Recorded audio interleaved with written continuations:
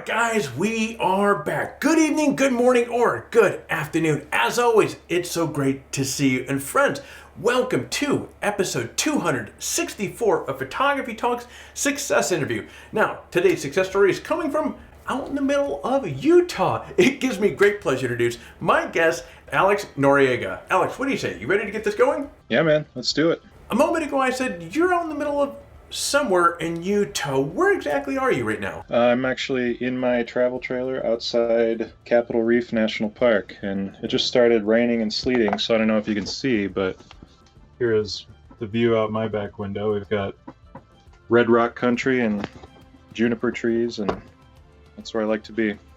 Oh, super nice. Now, how long are you going to be out there? A couple more weeks. We've been here a couple weeks already, so about a month total. Well, folks, Alex has been a professional nature photographer for the last decade, and over the last handful of years, he's been traveling all around the United States doing what you see him doing right there, right now. And additionally, Alex, you're spending quite a bit of your time also educating people on photography too, correct? Yeah. Yep, I lead workshops, sell tutorials, yep.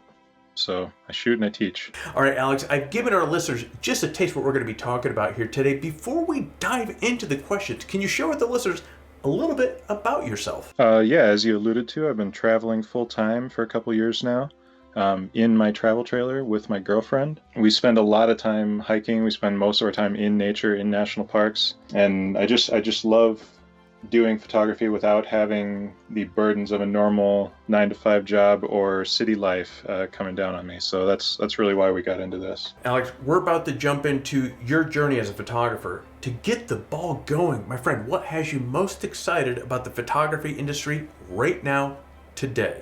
The industry. Okay, so the industry, to me, that implies, I don't know, gear, technological advancements.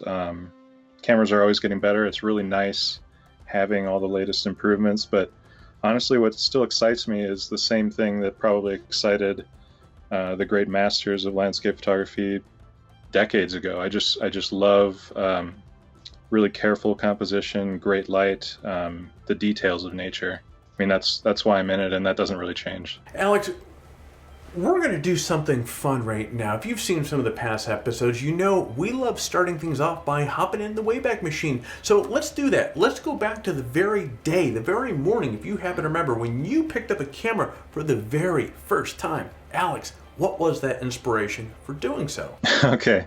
I don't know if I'd call it inspiration, but I got a camera because I was a computer repairman, self-employed. Worked in IT, just basically worked with computers, and I sold parts on eBay. And if you remember, this was 11 years ago now, like BlackBerry cameras, like cell phone cameras were really terrible, and I needed to take better photos of the items I was selling on eBay. That's why I picked up a camera. But what happened when I did so is I kind of got obsessed with all the manual settings, playing with depth of field and exposure, and I just became entranced by the process of photography, and it quickly snowballed into a hobby and led me to where I am today. So there really wasn't a lot of inspiration at the start, but it happened very quickly once I realized the craft of photography, how much there was to it. So I'm going to dig a little bit deeper on that question. You're talking about eBay, which is basically aka product photography, and Alex, I've seen your work right now. Your photos are absolutely some of the most remarkable nature and landscape photos I've seen. Absolutely big fan of your work. So how do you segue from product photography into nature and landscape? Well, so once I got interested in photography, after buying this camera where I could control all the manual settings and actually change the exposure triangle and all that, I didn't want to stick with product photography. I mean, that's just why I bought it. But I started trying to photograph everything from portraits to architecture, like cityscapes, basically anything I could find in Minneapolis, which is where I lived at the time. And I didn't really have a direction. I just wanted to photograph everything because I love the process. But there was a road trip I made with my friends from Minnesota out west to California, where you live, actually to LA, and everything between Minnesota and LA. I mean, there's a lot to see. There are the mountains in Colorado. There are the rugged deserts of Utah, which is why I'm here now. I mean, I saw that for the first time on that road trip. That was over 10 years ago. And nature just inspired me so much. I didn't want to go back to living in the city in Minneapolis and being surrounded by farmlands. I wanted to have cool shit around me. So we moved out to the West Coast. It just kind of snowballed from there. I mean, once you're surrounded by these things, these places, incredible landscapes, I mean, how are you not going to photograph them? That was the process, I think. Speaking of which, do you happen to remember the first photo that you took when you were starting out that really validated your interest in photography? I guess I did take some architecture photos that I was pretty proud of at the time because one of my best friends is one of the best architectural photographers in the world, in my opinion. He worked for Hedrick Blessing, which is like one of the top architecture photography firms on earth, and now he has his own studio. Anyway, he kind of validated some of my early architectural photography as I don't know, quality work, or at least he was very surprised that I was able to do that in the first year that I had picked up a camera. And that kind of, I guess, gave me a little push in the right direction of having confidence in my own work. But as far as where I am now, I mean, it took years of photographing landscapes before I was making work that I'm really still proud of. So while we're back when you were first getting started, what was your biggest challenge that you had with photography? And Alex, how did you overcome that? I think my biggest challenge was finding out what I wanted to do, finding who I am as an artist. And as I mentioned, I was photographing architecture, cityscapes, portraits, product photography. I mean, occasional nature, like I'd go to the local state park, but I didn't really have a direction. And I think the reason that you could call me a success story now is because I know what I want to do and I have my niche figured out, you know? So I think that was my biggest challenge, and it took some serendipitous events like that road trip out west, and meeting certain people and going on certain trips to find it. But overcoming the challenge was just finding out who I am and what I really want to do. And just to clarify, what do you enjoy photographing the most right now? So I only photograph nature and landscapes. A couple years after I picked up a camera, after that whole process of kind of finding what I want to do, I decided I'm not going to waste my time on architecture and portraiture. Like, I'm not even that good at it. Like, I'm just going to be spreading myself too thin. So yeah, I only do nature. I don't even do man-made things. Like, when I say landscape, I don't mean like a cabin out in a field. Like, that's not inspiring to me. So drilling down a little further, I love photographing sand dunes and trees. If you look at my portfolio, that comprises a large portion of it. Small scenes, actually, like focusing on the details of nature. If you show my old photos versus my new ones, like, you'll see that I don't usually include the sky now, and I don't really shoot grand scenics like you'd find on a postcard. It's more intricate details of nature.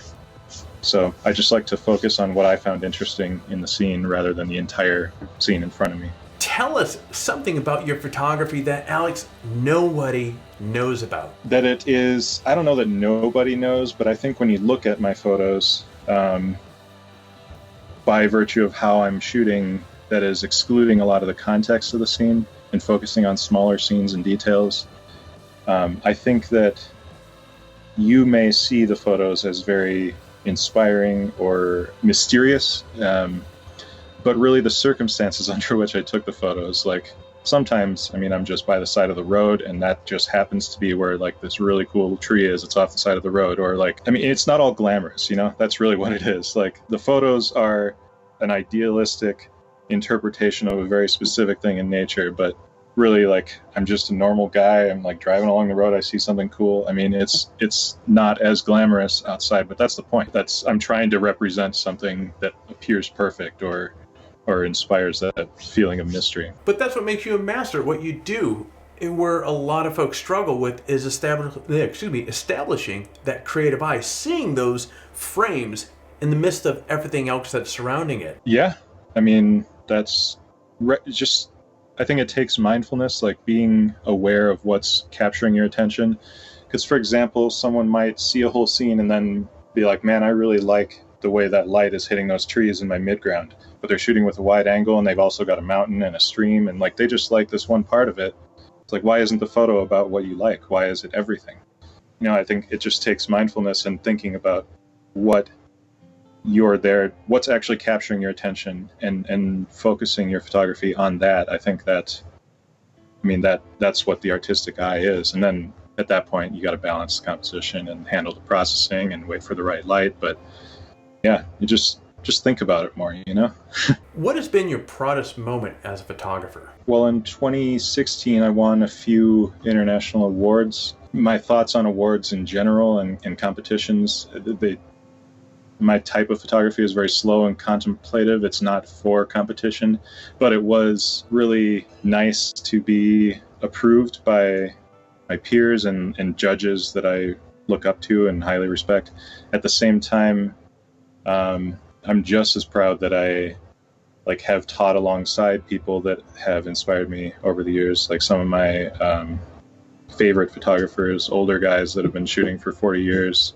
I've taught at conferences and met them in person, and I think it's crazy to be able to meet people that I've just been in awe of their work for a decade and then actually work alongside them. So one of those two instances, probably. All right, Alex, if you would, take us to a time in your photographic journey where you failed at something, and if you would, take us to ground level and what's going through your head at that moment, and more importantly, how did you get up and pivot from that moment? I would say that my first few years of photography, once I turned my focus to landscapes, I became so intertwined in the landscape photography community that I started shooting and doing basically what everyone else was. I don't know, not everyone watching this will be a part of the landscape photography community in particular, but there are a lot of hotspots that people go to, iconic locations. There are certain styles that people and trends that people follow, and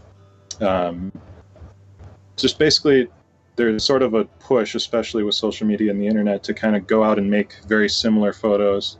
And I did that for a few years, and I think that was a failing because I was cheating myself out of what I could be as an artist by just being what everyone else was, or some amalgamation of what everyone else was. So I think the way that I overcame that is by stopping myself from believing that I needed to come back with photos every time I went out. There's this sort of pervasive thought in landscape photography with a lot of people that I talk to that, they only have a certain amount of time to go out, so they have to come back with X number of photos. And I think that once I let that go and stopped feeling this need to constantly produce and do things in a way that everyone else does it, and just kind of live up to this imagined expectation, once I just let go of that, I started seeing so many more things that only I would see, because I'm being more true to myself and not working with a preconceived idea of what photos I should come back with or how many. I think that was how I overcame it, and that was a huge jump for my photography. We all have weaknesses. Alex, what is yours relating to photography? I have the luxury of my weakness being my own motivation. And by that I mean I'm not limited in the time that I have to go out, because I do this full time and I travel full time. I mean, I could go out and shoot every single day if I wanted, sunrise and sunset, literally every single day. But at this point, I have to be more self-motivated, and I think my weakness is, I love sleep. I love staying up late. I get a lot of processing done late, when the world is quiet and I can just be on my computer without distraction. So I sleep late, and so I miss a sunrise. It's really, my weakness is that I'm not setting a more rigorous schedule for myself or forcing myself to take advantage of every opportunity. So I just have to keep that in mind and try to utilize this thing that I have that most people don't, which is 24/7 access to nature and what I want to shoot. I'm glad you said that, Alex, because my next question, in the back of my head, I'm contemplating, should I ask you this question? It's a question, all these questions I'm asking you, I ask everybody, or most of the questions. I ask most of these questions during our success interviews. And the next question is, I ask something in the line of finding time to get out there and shoot is a big challenge for many. How do you find the time to get out behind your camera? But see, you're different than most of the people I've interviewed, because you're actually living out there full time. So I'm going to kind of switch this question around a little bit. The question's more geared about balance. So your full-time photography, how do you find the time in your very busy schedule amongst all the landscape and nature beauty that you're in, that you're exposed to? How do you discipline yourself to sit down and do perhaps some of the other stuff that's not as exciting as what's outside where you're at? As I mentioned at the beginning, I live with my girlfriend in the travel trailer, so we like to spend time together. That's very important to me. But she's also into nature. So, I mean, she loves hiking. She'll come on hikes with me. We plan hikes together. That balance is really easy to achieve because we both pretty much want to be outside to do what we love. I don't have kids, so that just leaves my photography business. I guess the reason that I am an educator more so than a purveyor of like high-end prints, I do sell prints, but I don't push them. The reason I prefer to do education is because it frees me up to do all the photography I want exactly how I want. I don't need to worry about what sells, what's marketable. I really just shoot exactly what I want to shoot, and at least so far I've been lucky enough that people want to learn how to do that. So the balance really for me is just making sure that I tend to business as it comes up. And I mean, occasionally I do a workshop, which could be like an entire week of day in, day out work. I don't really find it that difficult. You know, it's just my own motivation that I need to keep up. And that just means keeping inspired and staying in love with photography and nature. Nailing composition right can be a big challenge for some. What do you see as the trick to mastering composition? Composition is incredibly complex and a lot of it is ineffable. It's hard to explain, but I think that the most important ideas that I use are balance and removal of distractions. And I take that to an extreme because obviously, like say you're shooting your traditional nature scene and then there is a road off the side, like you're probably going to want to exclude that if you want this to appear like a wild place. But going back to what I said earlier, like that example of the whole mountain scene where someone just likes one thing that's happening within it, I see the entire scene as a distraction if it's not the thing that's drawing me to pull out my camera. So composition for me is removal of distractions, and that can be the entire sky, that can be the entire scene in front of you, like anything that's not getting across what your photo really is about in your head, what you love about it. That's a distraction, so remove that. And then balance, you know, there's got to be balance. I don't like all of my interesting or visually heavy elements to be on one side. Like I try to, you know, balance things out and try to have some flow to it, but that stuff is all harder to describe. So I think really just eliminating distractions is the biggest advice I can give. There are a lot of photographers out there that are just starting out and they don't have the money to buy the camera gear that they want. What advice can you give to them? Buy used, buy whatever you can afford. I actually just got my first new camera ever, 11 years in. Every camera I owned before was purchased on eBay or Craigslist or something like that. Fred Miranda. It really doesn't matter as long as you know how to use it and feel comfortable using it. I shoot Canon because I just like their ergonomics and their interface. I can move quickly and easily, and I feel like the camera doesn't get in the way. I'm not concerned with DxO charts and dynamic range and all that. I mean, I'm aware of it, but like, don't let that hold you back. You can, whatever you can afford, you can make great photos on it, especially now. Like some of the cameras you can find for under $1,000 used are insane. You get like a D810, you know, there's crazy stuff out there for crazy good deals. Just get what you can afford and whatever feels comfortable to you. How do you feel photography has changed the way that you see the world? You ever go to the grocery store and then in your mind you're just putting rectangles around all the fruit and imagining little like pattern shots and fruit abstracts? Like I see everything now in terms of composition, like literally everything. And I don't want to shoot everything. I only want to shoot nature, but I just kind of see the world that way now. I'm always trying to evaluate potential compositions in my head. And I think that readies me for when I see something that I really do want to shoot. You know, I'm already kind of naturally imagining what I would be shooting. And I'm always on the lookout for light. I mean, I would say it's kind of to my detriment. I can't even enjoy good light anymore because I don't have my camera. I can't just sit and watch it. I have to shoot it. So, Alex, what do you see photographers doing today that, if done differently tomorrow, would ultimately impact their success? I think I see a lot of people. I mean, you go on Instagram, you see a lot of photos that look exactly the same. And I think it's because people see what's popular and then they want to be popular. And so they do what's popular. And what ends up happening is you cannot stand out in this sea of like images, you know. So I think that I see people just kind of following trends and having expectations of what photography should be in order to be popular. And if they were to just focus on what they found interesting and their own artistic preferences and stop trying to do what they should be doing for Instagram, then they'd probably find some unique images of their own. I think everyone has an artist within them, you know? 100% agree.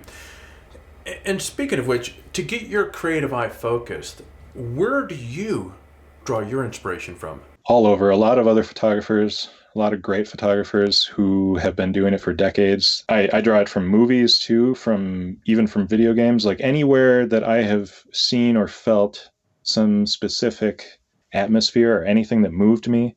I take that little experience or that memory or that feeling, and if I see something in nature that reminds me of that, it might, you know, the inspiration and what I'm seeing might intermingle, and that might help me take that idea further and, you know, try to pursue that feeling or idea. So I take it from any sort of visual art, lots of other photographers. All right, so Alex, what is your best photography related tip? I feel like I just gave it to you in a previous answer, but I think more specifically, just find your niche, especially if you're trying to make a living off of it, which maybe a lot of people watching the success stories do want to become a full-time photographer. You got to find something that you do differently or better than everyone else. You can't do the same thing as everyone else, or you won't stand out, especially now with the internet. I mean, everyone's a photographer, right? So yeah, I think just find out what you do that's really you and focus on that. Your photos, absolutely stunning. What is your secret sauce when it comes to post-processing?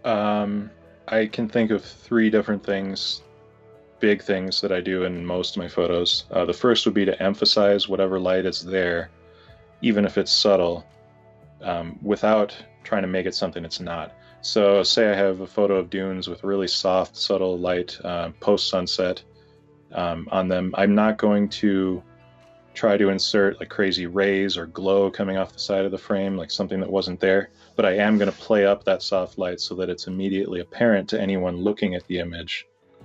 Like I want them to see the light and feel the light. I'm not going to leave it so subtle that you have to study the image with a microscope to see it.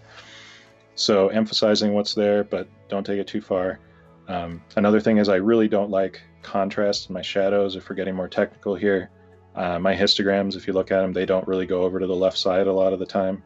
I feel like the highlights are the most important part of the image visually, and the shadows are just there to support them. So if you have really black, blocky shadows and it's not an image that calls for it, like an image that's about shadow and contrast, then stretching out your histogram and having your shadows as contrasty as your highlights could be a distraction. I really want the focus on the highlights and the light in the scene.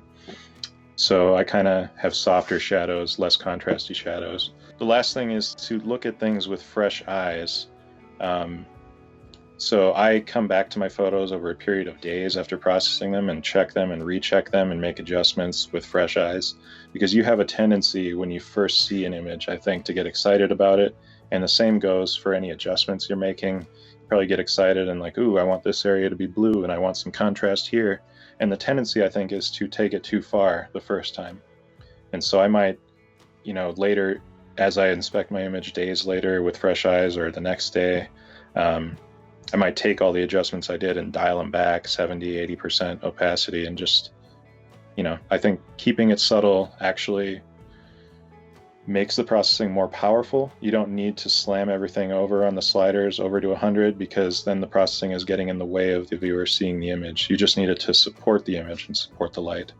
And still, you want the processing to be invisible and be the subject matter, be what they're focusing on. So now earlier I heard you say Photoshop. Can you expound a little bit on what's your post-processing workflow look like from where you download your images?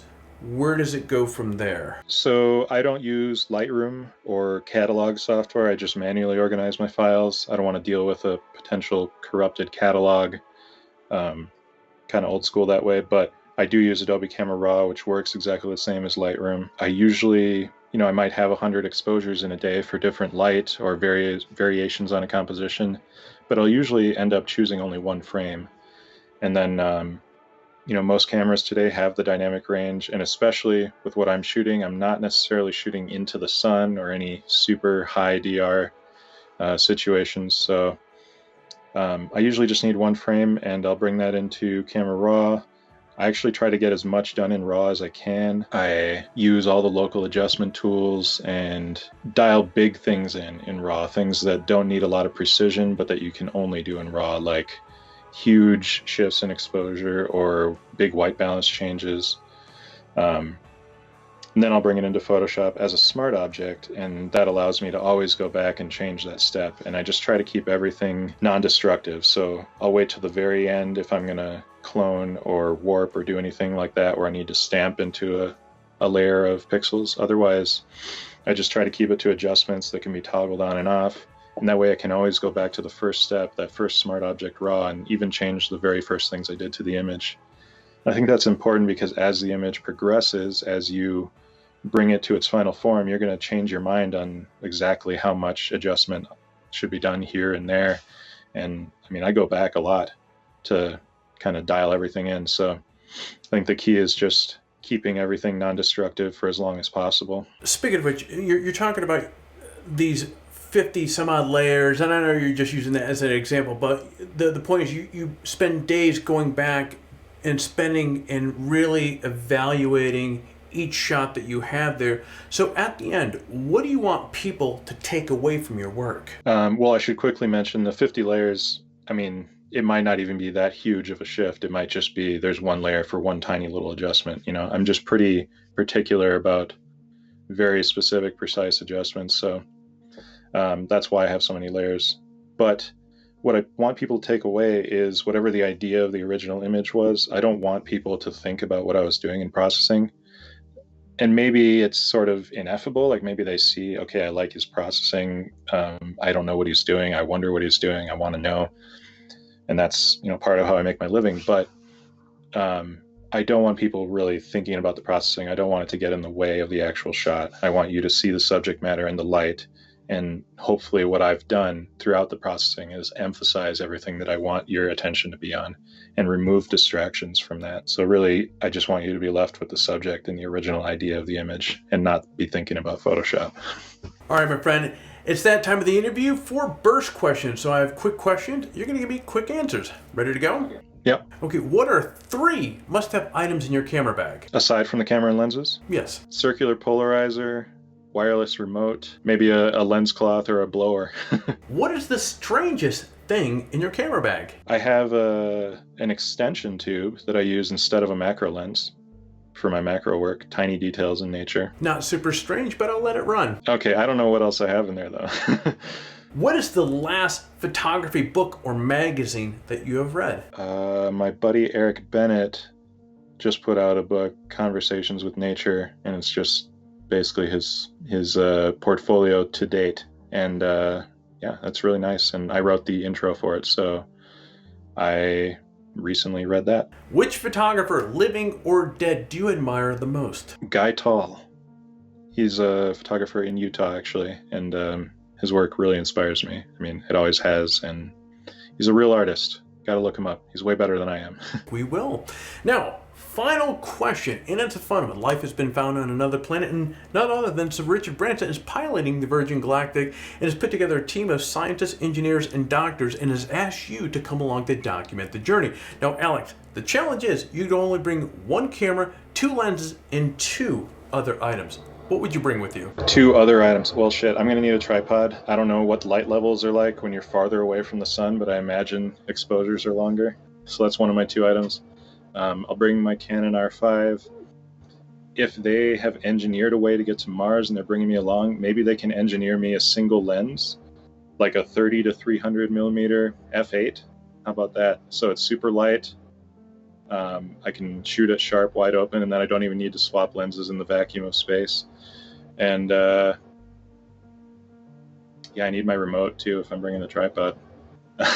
If I were to bring real lenses, it'd probably be a 24 to 105 and 100 to 500. That's what I use most of the time. Awesome. Okay, what an amazing journey that you've had, Alex. Now, as a token of our gratitude for you coming onto the show and sharing your story, now we have a 16 by 24 inch canvas print for you from our friends over at Canvas HQ.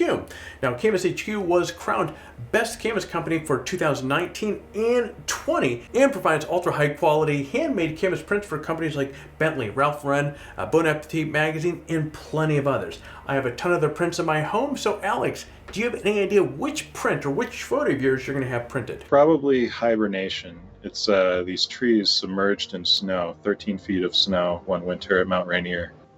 I would say Rainbow Rider. It might be my favorite image, but the details are so fine on that. I feel like the other one might serve canvas better, but I'm interested to see the quality of this canvas. All right, my friend. Now, before we part ways, can you share with our listeners one final piece of advice, also where they can find you on the web? Then we'll say goodbye. You can find me at my website, alexnoriega.com, on Instagram at Noriega Photography. On Facebook, you can search Alex Noriega Photography, or just Google me, and those will probably be the top 3 results, Alex Noriega. So yeah, my website and Instagram mainly, and I do use Facebook from time to time too. For a piece of advice, I would say don't go out in the field with expectations. Expectations just get in the way of creativity. You know, you have to be open to see anything that's happening. If you go out expecting a certain shot or a certain number of shots, then you've just got tunnel vision and you're not going to see all the other opportunities around you. Now, all you photography talkers, you can learn more about Alex by clicking on the links right below. Alex, thank you very much for your generous time. We thank you, my friend. We'll see you next time. Thanks for having me, man.